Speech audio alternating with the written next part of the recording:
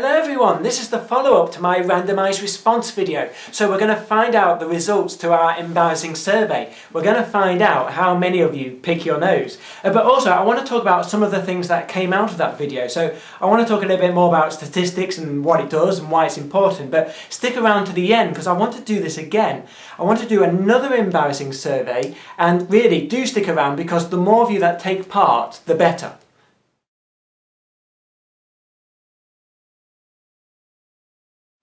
So last time I was telling you about randomised response. It's a method they use to ask embarrassing questions. What you do is you ask two questions. One of them is embarrassing, to which the answer might be yes or no, and the other is innocuous, to which the answer is simply yes. Now you don't know who got which question, but you do know that you can ignore the yes answers from half the people you surveyed because they got the innocuous question.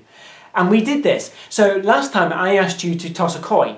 If you got heads, I just wanted you to say yes. But if you got tails, I wanted you to answer the question, do you pick your nose? Now we had a fantastic response from this. We had over 500 responses to this. From the first 500 people, 479 people said yes and 21 people said no. Now if I toss a coin 500 times, I can expect to get heads 250 times. So that means I can ignore the yes answers from 250 people. The remaining 250 people were answering the embarrassing question. Now that means that 229 people said yes to the embarrassing question, 21 people said no to the embarrassing question. And that means that 91.6% of you pick your nose. Now again, it was a fantastic response. Thank you so much. It was more than I expected. We had some comments underneath the video that I want to respond to. Some people were saying things like, what happens if everyone gets ahead?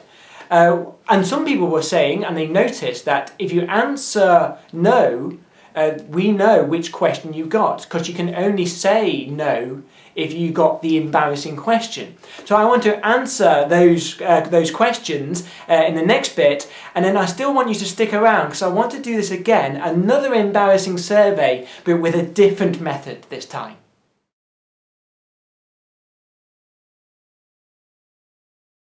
The idea of statistics, or at least classical statistics, is to take a sample of the population and apply your result to the population as a whole. For example, let's say we're interested in finding out the average height of people in the UK, or the world even. Now there is an answer to that, there is a true answer to that.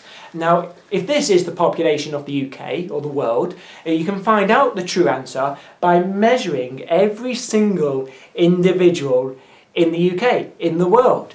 But people don't do that. That is too time consuming. It's too expensive, too time consuming. What you do instead is you take a sample of the population, say 100 people, and then you extrapolate your result from the sample to the population as a whole.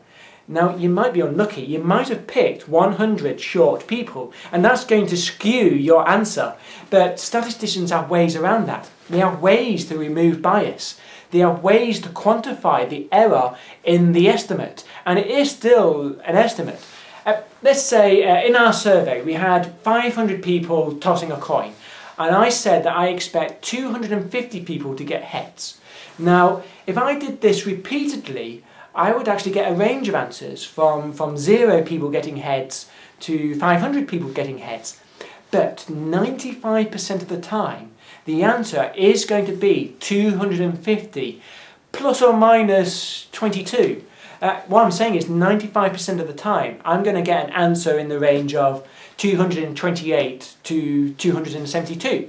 Which means if I know the number of people who got heads, the number of people who actually picked their nose would have been somewhere between 90.8% and 92.3%. So my estimate wasn't bad.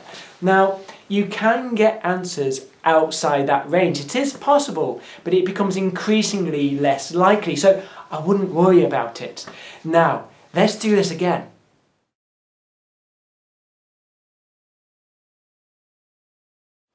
In the comments to my last video, some of you realised that if someone responded with a no answer, it was giving away the question they were answering. Now, Warner's original version of randomised response actually avoided this problem. Instead of asking one embarrassing question and one innocuous question, he would ask two opposite questions, so that a yes answer in one question would be a no answer in the other question.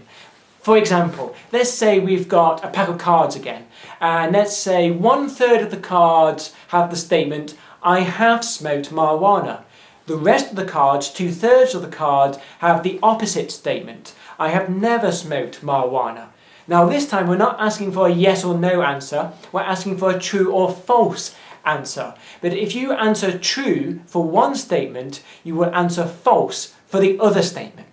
Now, the proportion of people who say true is going to be approximately the probability of people getting statement 1, which is 1/3, times the proportion of people who smoke marijuana, plus the probability of them getting statement 2, which is 2/3, times the proportion of people who don't smoke marijuana. That's all the people who are going to say true. Now, if let's say 20% of people smoke marijuana, then 80% of people don't, and you can put all those numbers in, and I will expect about 60% of people I survey to say true. But that means I can do this in reverse, and if I get 60% of people saying true, then I will expect about 20% of people smoke marijuana. Now here's your question. I want you to get a coin, and I want you to flip it twice. If you get 2 heads in a row, I want you to answer true or false statement 1. I have cheated in a test or an exam. If you don't get 2 heads in a row, anything else, I want you to answer statement 2. I have never cheated in a test or an exam. Now let me be the first to do this. So if I flip my coin once, I get that. And if I flip it twice, I get that. And my answer is false. Now, I want you to do this for real. It won't work if you don't. I want you to get a coin, go get a coin. I want you to flip it twice. If you get 2 heads in a row, I want you to answer true or false statement 1. If you don't get 2 heads in a row, anything else, I want you to answer true or false statement 2. I want you to answer truthfully. A true or false answer is not an admission of guilt, because I don't know which statement you are answering. Now, I'm going to be back with the results from this survey, and until next time, I will see you later.